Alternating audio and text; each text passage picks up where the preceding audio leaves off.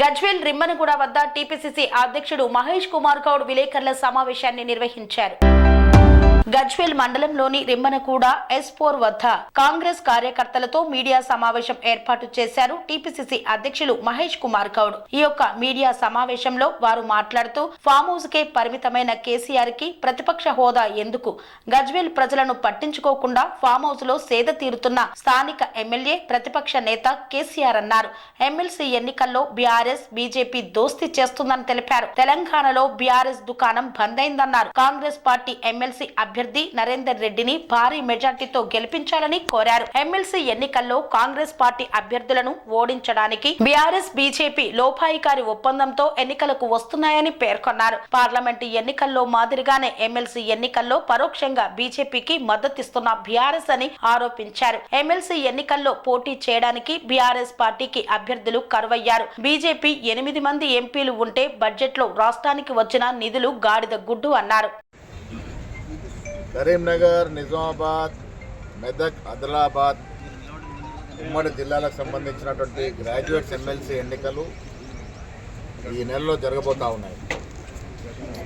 కాంగ్రెస్ అభ్యర్థిగా ప్రముఖ విద్యా సంస్థల అధినేత నరేందర్ రెడ్డి గారిని అక్కడ ఉన్నటువంటి కాంగ్రెస్ నాయకుల యొక్క ఆభిష్టం మేరకు నిర్ణయం చేయడం జరిగింది. వాళ్ళ నామినేషన్ ప్రక్రియకి కరీంనగర్ వెళ్తూ ఉన్నాం. వెళ్తూ అపోజిషన్ పార్టీ లీడర్ ప్రాతినిధ్యం వహిస్తున్నటువంటి నియోజకవర్గం గుండా పోతా ఉన్నాం కాబట్టి ఒకసారి వారిని నిద్ర లేపి తలుపు తట్టి పోదామనే ఆలోచనతో ఈ మీడియా సమావేశం ఏర్పాటు చేశారు. మిత్రులారా, మీకు తెలుసు, ఈ రాష్ట్రంలో కాంగ్రెస్ పార్టీకి అధికారం ఇవ్వడానికి 63 స్థానాలు ఇస్తే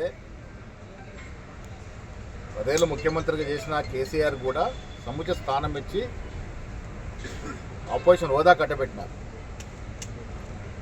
అసెంబ్లీకి ముఖం చాటేసినట్టు మీకు ఎప్పుడన్నా కలిసిండో లేదో నాకు తెలియదు, నర్సరెడ్డి గారు చెప్పాలి. సంవత్సర కాలంలో కనీసం నియోజకవర్గంలో ఒకసారి పర్యటించి కార్యకర్తల యొక్క కష్టాల్లో మమైకమైన సందర్భం నాకైతే కనబడట్లేదు. నేను మీ ద్వారా ఓటేసినటువంటి ఇక్కడ ప్రజల ద్వారా వారిని అడుగుతా ఉన్నాను, మీకు ప్రతిపక్ష హోదా ఇచ్చి గౌరవిస్తే మీరు కనీసం అసెంబ్లీ కూడా రాకుంటే ఈ ప్రతిపక్ష హోదా మీకు అవసరమా అని రాష్ట్ర ప్రజలు అడుగుతూ ఉన్నారు. ప్రజలు ఇచ్చిన అవకాశం ప్రజల కోసం సద్వినియోగం చేయాల్సిన ఈ పరిస్థితిలో వారు ఫామ్ హౌస్కి పరిమితమయ్యేది అవ్వడం అనేది చాలా బాధాకరం. ఇక ఎన్నికల విషయానికి వస్తే సేమ్ పార్లమెంట్ ఎన్నికలు జరిగినటువంటి తంతే ఇప్పుడు జరుగుతూ ఉంది. బీజేపీ పార్టీతో లోపాయికార్ ఒప్పందంలో ఉండి ఆనాడు బీజేపీ 8 స్థానాలు గెలవడానికి లోపాయికారిక సహాయ సహకారాలు అందించినటువంటి బీఆర్ఎస్ పార్టీ ఇవాళ కూడా ఇక్కడ అభ్యర్థి నిలుపుకోవడం అంటే బీజేపీకి సహాయ సహకారం అందించాలనే ఒక నిర్ణయంతో కనబడతా ఉంది. రాజకీయాల్లో దోస్తీ అనేది, పొత్తులు అనేవి చాలా బాటంగా జరుగుతాయి.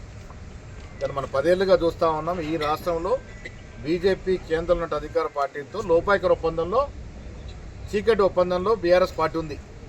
దాంట్లో భాగంగానే ఇవాళ వారు అభ్యర్థి నిలపకుండా బీజేపీకి సహకరించే అవకాశాన్ని పరిశీలిస్తూ ఉన్నారు. నేను మీ ద్వారా ఇక్కడ ఉన్నటువంటి గ్రాడ్యుయేట్స్ కానీ ప్రజలకు విజ్ఞప్తి చేస్తూ ఉన్నాను. కాంగ్రెస్ పార్టీ అధికారంలోకి వచ్చి సంవత్సరమైంది, 14 మాసాలు. వాళ్ళు 10 ఏళ్లలో చేయలేనటువంటి ఎన్నో కార్యక్రమాన్ని మేము సంవత్సరంలో చేసి చూపించాం.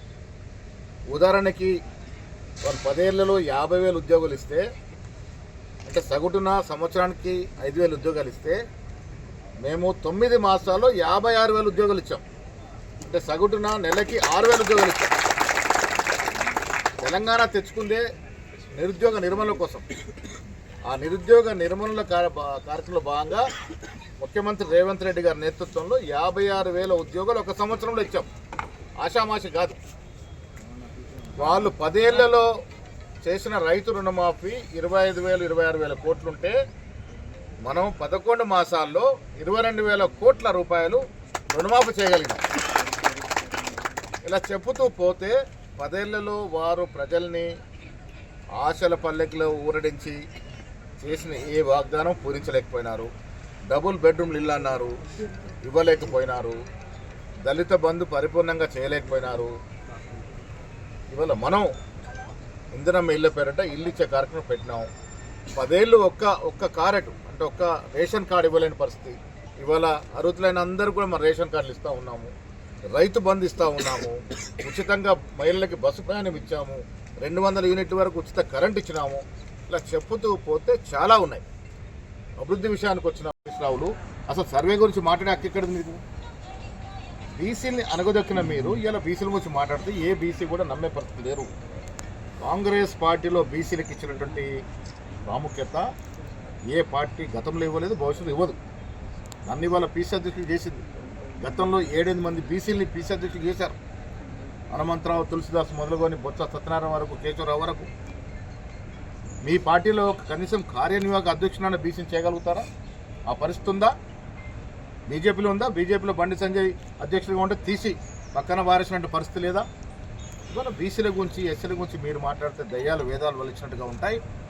ఈ రాష్ట్రంలో కాంగ్రెస్ పార్టీ అధికారం రాకముందు ఏ రకంగా అయితే ప్రజలకు ఇచ్చిన వాగ్దానాలు ఉన్నాయో, ఇలా కేసీఆర్ అనే మహానుభావుడు ఈ రాష్ట్రాన్ని అన్ని రంగాల్లో నిట్టేట ముంచి 65 ఏళ్ల కాంగ్రెస్ టీడీ పాలన ఈ రాష్ట్రం అప్పు 65,000 కోట్లు అంటే, ఇలా 10 ఏళ్ల బీఆర్ఎస్ దరిద్ర పాలనలో ఈ రాష్ట్రం అప్పు 6.5 లక్షల కోట్లు చేసి దాదాపుగా మొత్తం కలిపి ఇలా 7.5 లక్షల కోట్ల అప్పు ఊబిలో మనం దించేసి పోయినా, ఆర్థిక ఇంత నిర్బంధం ఉన్నా మేము ఇచ్చిన ప్రతి కార్యక్రమాన్ని ఒకటొక్కటిగా తీసుకెళ్తా ఉన్నాము.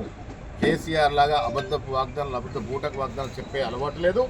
చెప్పిన వాగ్దానం ఏది కూడా జార విడిచే పరిస్థితి లేకుండా ఒక్కటొక్కటిగా అన్నీ ఇచ్చుకుంటా పోతా ఉన్నాం.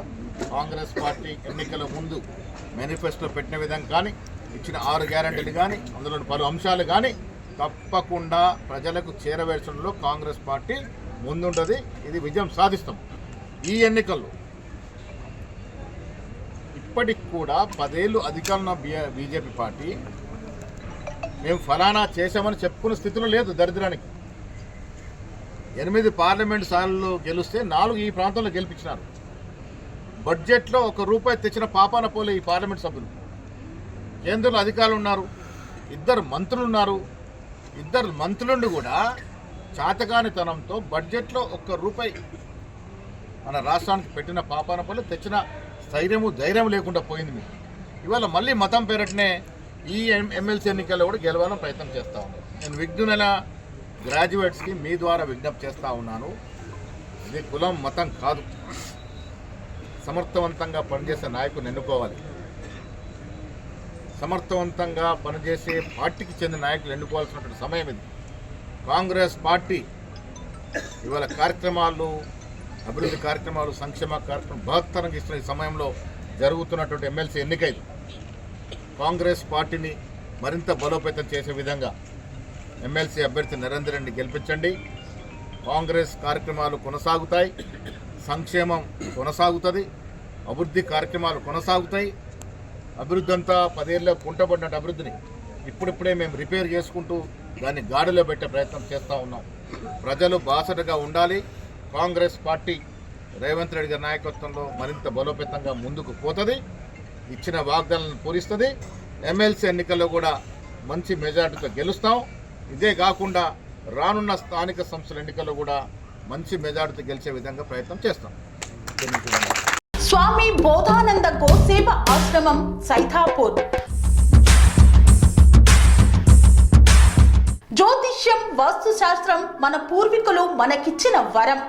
దుర్గాదేవి, కాలభైరవ ఉపాసనతో వాక్సిద్ధి పొందిన శ్రీ శ్రీ బోధానందగిరి స్వామివారు మీకు ఎలాంటి సమస్యలున్నా, వాటిలో ముఖ్యంగా ధన నష్టం, ఆరోగ్య నష్టం, భార్యాభర్తల మధ్య గొడవలు, ప్రేమించుకున్న వారు దూరం అవడం, ఎన్ని సంబంధాలు వచ్చినా పెళ్లి ముడి పడకపోవడం, రోడ్డు ప్రమాదాలు, అప్పుల బాధలు, వ్యవసాయంలో నష్టాలు, పెద్దల మాట పిల్లలు వినకపోవడం, ఆరోగ్య శాంతి, గృహశాంతి, మనశ్శాంతి లేకపోవడం, ఇలాంటి సమస్యలు ఉన్నట్లయితే ఒక్కసారి స్వామీజీని కలవండి. మీ సమస్యలకు తగిన పరిష్కారాన్ని పొందండి. అంతేకాక అన్ని రకాల వ్యాధులకు గోపంచకవ్య మరియు మూలికా వైద్యం చేయబడును. నమ్మకంతో రండి, ఆయురారోగ్యాలతో వర్ధిల్లండి. మా అడ్రస్ స్వామి బోధానంద గోసేవ ఆశ్రమం, సైదాపూర్, వీరభద్రస్వామి గుడి దగ్గర, యాదగిరిగుట్ట. సంప్రదించవలసిన నెంబర్ 9849213754 మరియు 9618034138.